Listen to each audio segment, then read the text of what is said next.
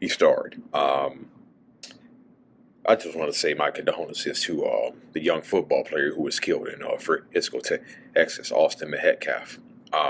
When I heard that this happened in Frisco, Texas, I immediately thought of the Dallas Cowboys, and I know their facilities are probably not far from where that football field track was at, where he was killed at. But I just want to say condolences to the family of Austin Metcalf. Man, yeah. Condolences. I pray the killer gets I pray his killer gets justice. And yeah. All right. Let's start today's episode of Classic Dallas Cowboys Talk. Good day. Welcome to another episode of Classic Dallas Cowboys Talk. I am Sean Farrell. Good is great. I will say good is great. God is great. All the time. All the time, God is great. Jesus Christ died and he rose again. Let's get into it. Okay, so Jim Jeffcoat, one of the few players who played for Landry, Jimmy Johnson, and Barry Switzer, Bill Bates, Mark II, Nate Newton, Michael Irvin, Jim Jeffcoat, Ken Norton. Oh, no, Ken Norton. I almost said Ken Norton. All played under Landry, Jimmy Johnson, and Barry Switzer. Okay. Trying to think to see if I'm missing any. Trying to think if I'm missing anybody. No, I don't think so. Mark Tunay, Bill Bates, Jim Jeffcoat, Nate Newton, Michael Irvin. Yeah. If I'm missing anybody, let me know. Anyway, so Jim Jeffcoat. There weren't many highlights during the '89 season. I do remember Troy Aikman did throw for 379 yards in the loss to the Cardinals. I remember Jimmy Johnson getting so upset with Everson Walls because he was laughing it up with the Cardinals after the game. The Cardinal receivers who he had, who probably beat him for a touchdown. And Jimmy Johnson was just so ticked.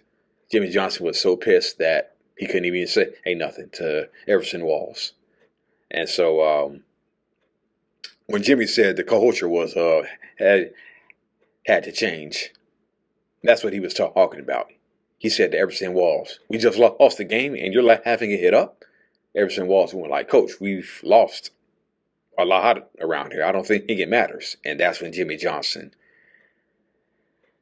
just grew red in the face and said nothing. Anyway, back to Jim Jeffcoat.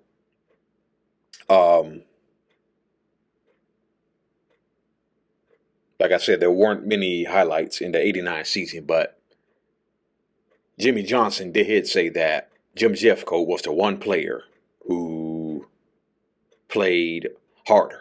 Okay. As a matter of fact, Jimmy Johnson said no one played harder during the 1989 season than Jim Jeffcoat. He said nobody played harder that season than Jim Jeffcoat. He actually had 11 sacks that year. Okay. And so he was asked about that. Jimmy Johnson saying that no one played harder during the '89 season. He said it just came from being a pro. He learned from Randy White, Tutal Jones. He said it was basically just being a pro. And he said with the new coaching staff coming in, he wanted to be included what Jimmy Johnson was building. Okay. So, yeah. he was still a starter through 1991. Then they acquired Charles Haley. Okay. Then Jimmy called Jeffcoat into his office and said, "Hey, we just got Charles Haley. You can be a you can be a backup, or I can send you somewhere else." So Jeffcoat thought about it for a second, and Jim Jeffcoat said the more he thought about it, the more he grew excited. Because if anything, Jim Jeffcoat said it would extend his career. So he was willing to take a backseat to Charles Haley when he got Charles Haley in 1992. So, yeah, exactly what Jim Jeffcoat said. It just comes from being a pro. So, Leon Lett became famous for his blooper in Super Bowl 28,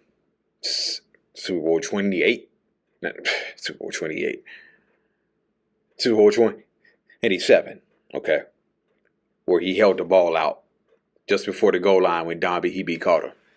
And Michael Irvin recalls asking him, he said, "What happened?" He said he never saw Don Beebe coming up behind him.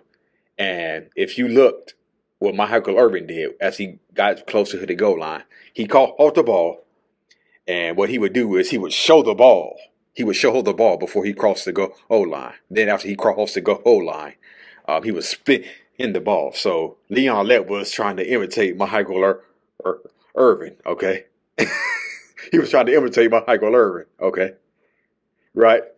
But what Michael Irvin did was, when he caught the ball and he got close to the goal line, what Michael Irvin did was he turned around. He held the ball out and he turned around just in case anybody was coming. So he turned around. So while he was showing the ball, he turned around and looked at the offenders, probably to see if anybody was coming and to taunt them too, of course. But Leon Lett never turned around. And that's how Don Beebe snuck behind him. But anyway, Leon Lett says after that game,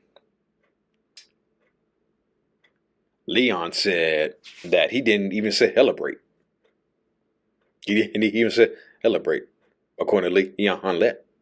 Leon says, "I didn't even celebrate the win. I just went back to my hotel room." Okay. So, yeah, he said he felt horrible for weeks. And he tells a story when he was drafted in 1991.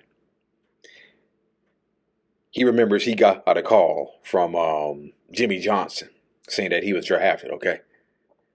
So Jimmy Johnson calls him and says, "Hey, Leon, we just drafted you." And Leon was like, "Yeah, right. Quit playing.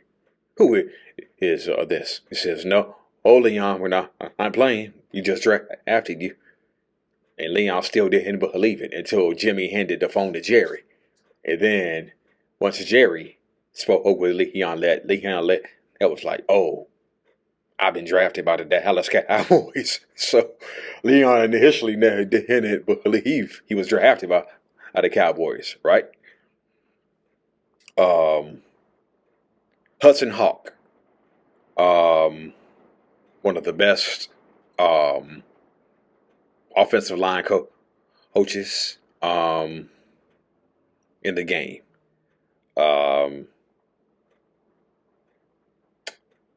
He tells a story about the late Larry Allen. Rest in peace, Larry Allen. Tells a story about Larry Allen and his very first practice. Okay, he's going up against Charles Haley. Larry Allen, his very first practice, he's going up against Charles Haley. Charles Haley's talking stuff, and Hudson Houck recalls Larry Allen didn't play that. It became apparent that Larry Allen didn't play that. Hudson Houck says Larry Allen, the first time Charles Haley went up against Larry Allen in practice, Larry Allen manhandled Charles Haley. And that surprised Charles, right? And he went up to Hudson and said, "Hey, you got yourself a good one."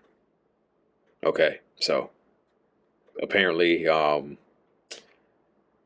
So and it was apparent that the Cowboys did get hit themselves.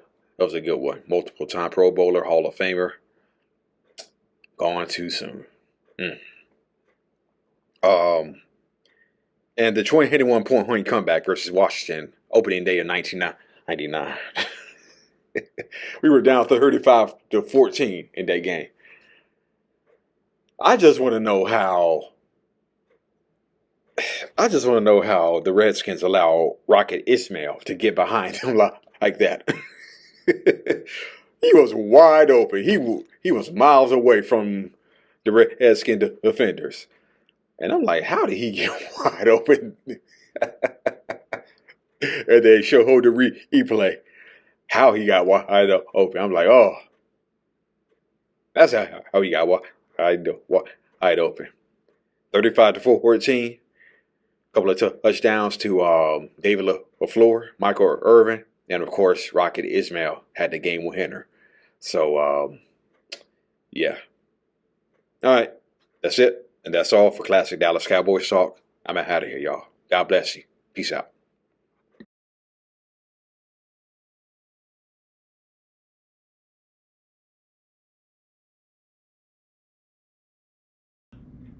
Before we start, I just want to say my condolences to the young football player who was killed in Frisco, Texas, Austin Metcalf. When I heard that this happened in Frisco, Texas, I immediately thought of the Dallas Cowboys, and I know their facilities are probably not far from where that football field track was at, where he was killed at. But I just want to say condolences to the family of Austin Metcalf. Man, yeah. Condolences. I pray the killer gets I pray his killer gets justice. And yeah. All right. Let's start today's episode of Classic Dallas Cowboys Talk.